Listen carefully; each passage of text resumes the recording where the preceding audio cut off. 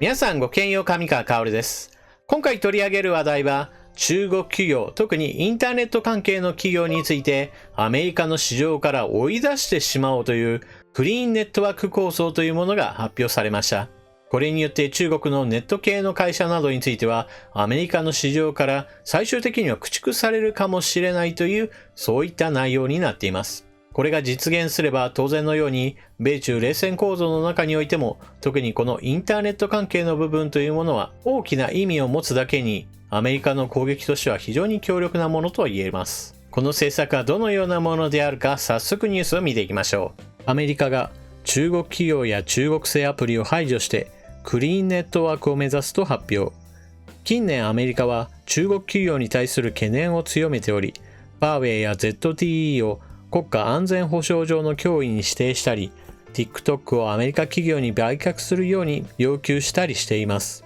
アメリカのポンペオ国務長官は8月5日、悪意を持つ攻撃者から市民を守るクリーンネットワークの取り組みに関する声明を発表しました。アメリカ政府は中国政府とつながった中国企業の製品やサービスが人々のプライバシーを侵害したり、企業の機密情報を盗み取ったりしていると主張して、中国企業に対して警告を発したり、様々な制裁を科したりしています。そのうちの一つが TikTok の売却要求であり、ドナルド・トランプ大統領は2020年9月15日までに TikTok を同国内の企業に売却しなければ国内での TikTok 使用を禁止すると発表しました。TikTok 買収の有力候補と目されているのがマイクロソフトであり、CNBC の報道によると TikTok の買収額は最大で約3兆1600億円、最低でも約1兆500億円に上ると見られています。そんな中、ポンペオ国務長官は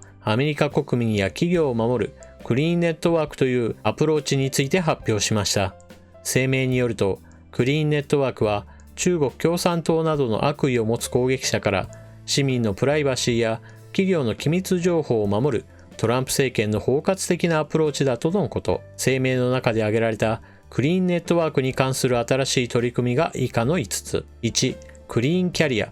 声明では中国の信頼できない通信キャリアがアメリカの通信ネットワークに接続しないようにすると述べられています。中国政府とのつながりを持つ通信キャリアはアメリカの安全保障に危険をもたらすため、アメリカで通信サービスを提供させてはならないとのこと。2、クリーンストア。アメリカのモバイルアプリストアから信頼できないアプリケーションを削除することもクリーンネットワークが掲げる目標の一つです。中国政府のアプリは私たちのプライバシーを脅かし、ウイルスを増殖させ、プロパガンダや偽情報を広めます。アメリカ人の最も重要なプライバシーやビジネス上の機密情報が中国共産党の利益のために悪用されたり、盗まれたりしないように保護する必要がありますと声明は述べました。3、クリーンアプリ。クリーンアプリとは、ファーウェイをはじめとする中国のスマートフォンメーカーがアメリカ企業などが開発する信頼できるアプリを利用できないようにすることです。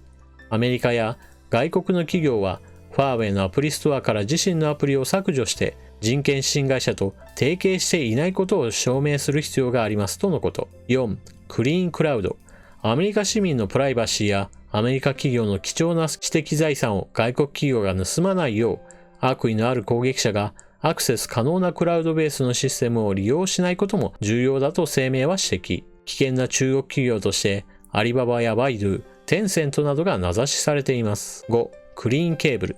アメリカ政府は同国とグローバルなインターネットを結ぶ海底ケーブルにも警戒しています。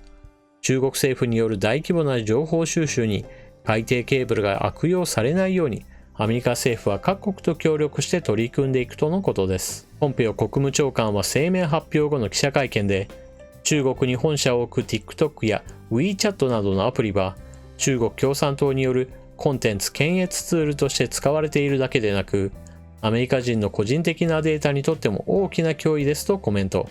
クリーンネットワークの取り組みはアメリカを守るために重要なものだと強調しました。今回のアメリカの政策のことを考えるときに、まず基礎情報として中国側がアメリカの企業に対してどのような仕打ちをしているのかといったことが非常に重要となります。ですからポイントのその1は、中国は中国国内においてアメリカの企業によるサービスというものを排除している。そのことについて触れましょう。中国では情報統制というものが日常的に行われています。例えば、天安門事件についてネットで検索しても、それらに関連するサイトなどは一切表示されませんし、また、政府批判、中国共産党やもしくは習近平国家主席に対する誹謗中傷などはすぐに検閲の対象となり、その発信者のもとにはすぐに逮捕の手が伸びるとも言われています。そうした中国側の政策を支えているのがグレートファイアウォールと呼ばれるもので、中国とそれ以外の国々の間にはインターネット上において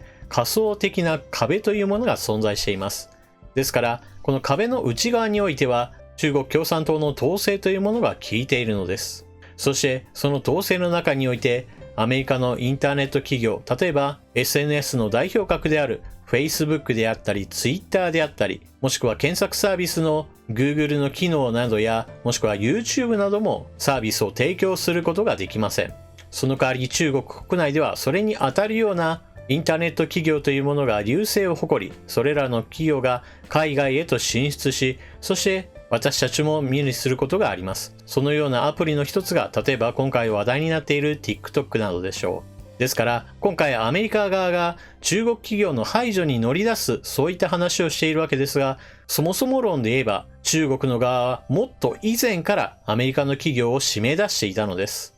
そしてポイントの2つ目は、情報の抜き取りについてです。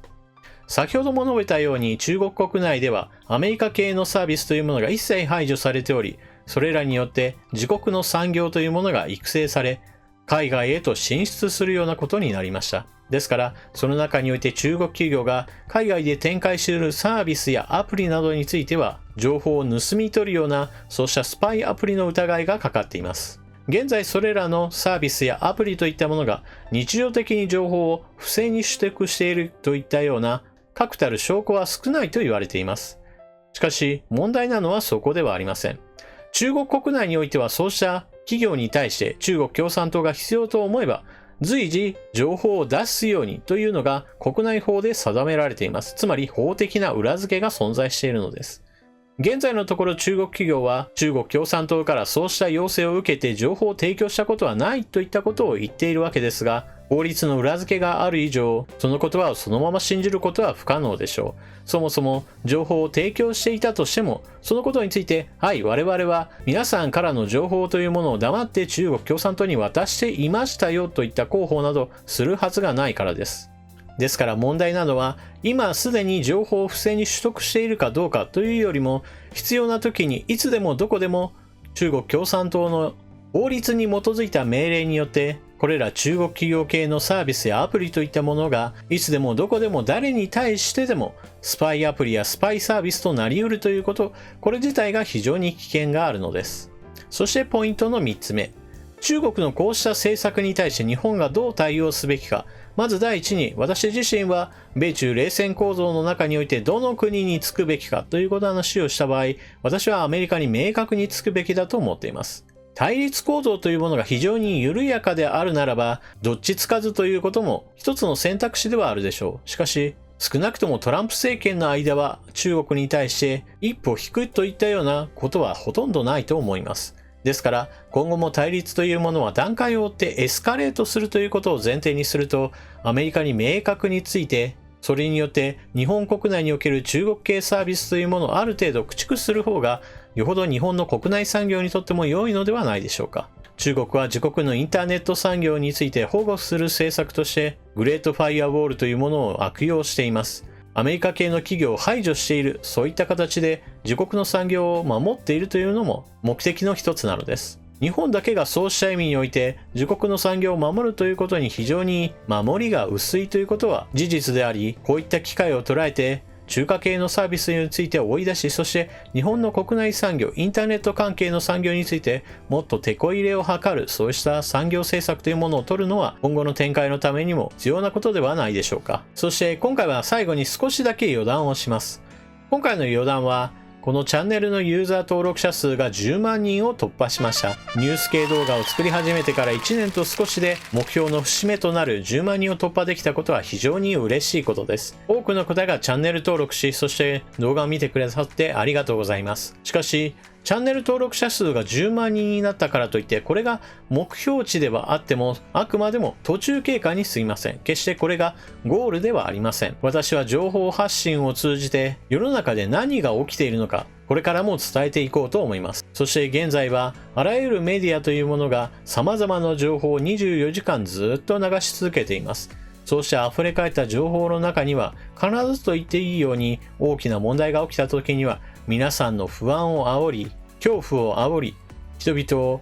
あらぬ方向へと導くようなそうした動きも必ず起こるでしょう。そういった事態になった時に私は努めて冷静にそうした問題についての本質がどこにあるのかというものを分析し、皆さんにお話しすることで、今世の中で起こっていることが一体どのようなことを意味しているのか、そしてそれらについてどのような対応を我々がするべきなのか、そういったことについても判断する材料となればといいと思っています。それでは動画を最後までご視聴いただきありがとうございます。このチャンネルではニュースの解説等を通じて世の中に対する理解というものを深めるのにきっと役立つと思います。チャンネル登録していない方はぜひともチャンネル登録を、そして次の動画でもまたお目にかかりましょう。またね。